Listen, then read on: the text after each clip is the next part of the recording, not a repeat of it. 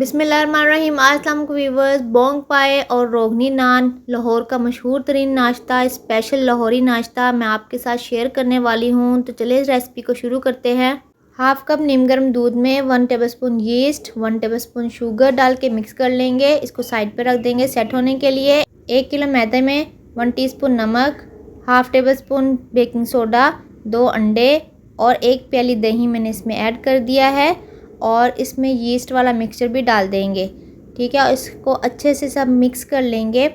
याद रहे मैदा हमने छान के लेना है और जब तमाम चीज़ें मिक्स हो जाएंगी तो स्पैचुला साफ़ करके निकाल देंगे। 4 टेबल स्पून इसमें ऑयल ऐड कर देंगे और इसको हाथों की मदद से अच्छे से गूंद लेंगे। अब इसमें नीम गर्म दूध थोड़ा थोड़ा करके ऐड करेंगे और इसको अच्छे से गूंद लेंगे। अगर आप दूध से नहीं गूंदना चाहते तो आप पानी भी इस्तेमाल कर सकते हैं, लेकिन पानी भी नीम गर्म ही होना चाहिए। तो इसे अच्छे से एक सॉफ्ट सी डो बना के हम गूंद लेंगे। अब इस डो को आटे की तरह थोड़ा सा इस तरह से गूंद लेंगे और इसको इस तरह से फोल्ड करते हुए इसके ऊपर लगा देंगे थोड़ा सा ऑयल, ताकि ये ग्रीस हो जाए और इसके ऊपर सिक्कर वगैरह ना आए। इस तरह से सारी डो जो है ना वो ग्रीस हो गई है। तो अब इसको रेस्ट दे देंगे तकरीबन 2 घंटे का। अब बोंग पाई की तैयारी शुरू कर देते हैं, जिसमें तेज़पत्ता, ज़ीरा, थोड़ी सी लौंग, काली मिर्चें, दालचीनी के 2 टुकड़े और खुश्क धनिया शामिल हैं। इसको एक सूती कपड़े में इस तरह से बांध देंगे। सूती कपड़ा जो है ना आपका कलर वाला नहीं होना चाहिए, और अगर कलर वाला होगा तो उसका कलर उतरना नहीं चाहिए, वरना सालन जो है आपका सारा ख़राब हो जाएगा। तो ये देखें, इस तरह से हम पोटली बना लेंगे। तो ये पोटली हमारी तैयार है। तो अब एक प्रेशर कुकर ले लेंगे। इसमें तकरीबन 1 कप के करीब हमने ऑयल डाल देना है और इसमें 2 मीडियम साइज़ के प्याज मैंने बारीक काट के डाल दिए हैं। इसको अच्छे से गोल्डन ब्राउन होने तक फ्राई कर लेंगे। अब इसमें डालेंगे लहसुन का पेस्ट, तकरीबन 2 से 3 टेबलस्पून जो मैंने पेस्ट बना लिया था। इसके बाद डालेंगे अदरक, जो मैंने पेस्ट बना के फ्रीज़ कर लिया हुआ था, वो भी मैंने 2 टेबलस्पून डाल दिए हैं। अब इसमें लाल मिर्च पाउडर डालेंगे 1.5 टेबलस्पून और इसमें ऐड कर देंगे 2 टीस्पून नमक और इस तरह से इसको अच्छे से मिक्स कर लेंगे। मसाला हमारा बहुत अच्छे से जो है ना भुनना चाहिए, मिर्च कच्ची नहीं रहनी चाहिए। अब इसमें टमाटरों का पेस्ट डाल देंगे हाफ़ प्याली और इसको अच्छे से मिक्स कर लेंगे, भून लेंगे टमाटरों को भी और मिर्चों को भी। तो ये देखें इस तरह से। अब इसमें हल्दी डाल दी है मैंने हाफ़ टी स्पून। हल्दी को कभी भी मिर्चों के साथ नहीं डालना चाहिए, वरना ये काली पड़ जाती है। अब ये मेरे पास बड़ा पाया और बोंग का थोड़ा सा गोश्त है, तो ये मैंने इसको अच्छे से सिरका लगा के जो है ना वो धो लिया था नीम गर्म पानी से। तो इसको अब हमने सारा जो है ना प्रेशर कुकर में डाल दिया है और इसको अच्छे से भून लेंगे। इतना भूनेंगे कि इसका कच्चापन ख़त्म हो जाए। अब इसमें 1 प्याली दही ऐड कर देंगे, इसको भी इसके साथ भून लेंगे। सबसे मेन काम ही इसकी भुनाई होती है। तकरीबन 15 से 20 मिनट तक इसकी भुनाई करेंगे, ठीक है, मीडियम फ्लेम पे। और देखिए ज़बरदस्त सी इसकी भुनाई हो गई है, ऑयल इसने छोड़ दिया है। अब इसके अंदर 1.5 लीटर पानी ऐड कर देंगे और इसके अंदर वो जो हमने पोटली बनाई थी वो भी ऐड कर देंगे। पोटली को इस तरह से अंदर डिप कर देंगे और प्रेशर कुकर का ढक्कन बंद कर देंगे और तकरीबन 20 मिनट तक इसको गलने देंगे।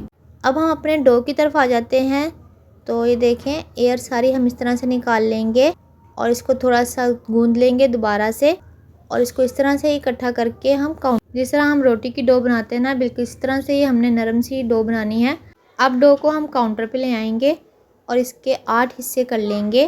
तकरीबन 8 से 9 पेड़े जो है ना हमारे बन जाएंगे। तो आम रोटी की निस्बत जो है ना पेड़ा इसका हैवी होगा। अगर इस स्टेज पे मेरी वीडियो आपको पसंद आ रही है तो वीडियो को लाइक और चैनल को सब्सक्राइब कर दें। ये देखें, इस तरह से मैं तमाम पेड़े जो है ना वो बना लूँगी। इनको कवर कर देंगे तकरीबन 15 से 20 मिनट के लिए। अब हम बोंग पाए का सालन देख लेते हैं। और ये देखें, गर्मा गर्म जो है हमारा पाया और बोंग जो है ना वो रेडी हो रहे हैं। लेकिन ये देखें, अभी सिर्फ बोंग का गोश्त जो है ना वो गल गया है, लेकिन पाए के गोश्त में ना अभी थोड़ी सी कसर है। इसे मज़ीद 20 से 25 मिनट तक पका लेंगे। अब दोबारा से हम नान बनाने की तरफ आ जाते हैं। देगची को और तवे को चूल्हे पे गर्म होने के लिए रख दिया है। इधर हमारे पेड़े भी सेट हो गए हैं, देखिए बिल्कुल डबल हो गए हैं। जब तक बोंग पाए तैयार हो रहे हैं हम नान भी जल्दी जल्दी से सारे बना लेंगे। तो नान को देखें मैंने इस तरह से बेल लिया है और देखें इसके ऊपर मैंने इस तरह मैशर की मदद से निशान लगाए हैं। अब इसके ऊपर अंडे और दूध का ये मिक्सचर अप्लाई कर देंगे और इस तरह से कलवंजी और तिल इसके ऊपर थोड़े से छिड़क दिए हैं। अब इसकी प्लेन वाली साइड पे इस तरह हाथ की मदद से थोड़ा सा पानी लगाएंगे ताकि ये तवे के ऊपर जो है ना अच्छे से चिपक जाए। अगर ये तवे के ऊपर अच्छे से चिपकेगा नहीं तो जब हम पतीली के ऊपर इसको उल्टा करेंगे तो ये नान उतर सकता है, उतरना नहीं चाहिए वरना ये ख़राब हो जाएगा सारा। तो अब इस तरह से हम दूसरा नान भी बना लेंगे और सारे नान जो है ना इसी तरह से हम बनाते जाएंगे। तो इसको भी बेल लिया है, मैशर की मदद से निशान लगा लेंगे, अंडा और दूध अप्लाई कर देंगे, तिल और कलवंजी छिड़क देंगे। ये देखें ज़बरदस्त सा पहला नान हमारा तैयार हो चुका है। इसको हम इस तरह से उतार लेंगे और इसके ऊपर लगा देंगे पिघला हुआ मक्खन। कपड़े की मदद से मैंने इसके ऊपर सारा इस तरह से लगा दिया है। उसके ऊपर थोड़े से धनिए के पत्ते भी लगा दिए हैं। ज़बरदस्त से हमारे रोगनी नान तैयार होते जा रहे हैं।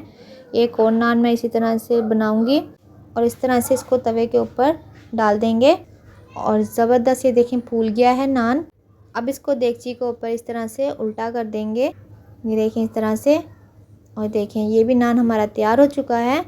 इस तरह हम सारे नान तैयार कर लेंगे और इस तरफ देखें बोंग पाया भी हमारा तैयार हो चुका है और ये देखें ज़बरदस्त सा।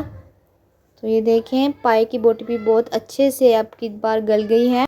तो अब हम सारा जो है ना इकट्ठा कर देंगे और ये जो हमने पोटली डाली थी ना ये भी हम निकाल लेंगे। इसका काम ख़त्म हो गया है। इसको मज़ीद कोई 10 से 15 मिनट इकट्ठा करके पकाएंगे। ये देखें नान हमारे तैयार हो चुके हैं, मक्खन मलाई जैसे बहुत ही सॉफ्ट, और इधर हमारा पाया भी बिल्कुल रेडी हो चुका है।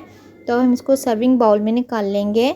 बहुत ही यमी, बहुत ही ज़बरदस्त स्पेशल लाहौरी नाश्ता तैयार हो चुका है। आपने भी इस रेसिपी को ज़रूर ट्राई करना है। कमेंट सेक्शन में मुझे ज़रूर बताना है कि आपको ये रेसिपी कैसी लगी। मिलते हैं नेक्स्ट वीडियो में, तब तक के लिए अल्लाह हाफिज़।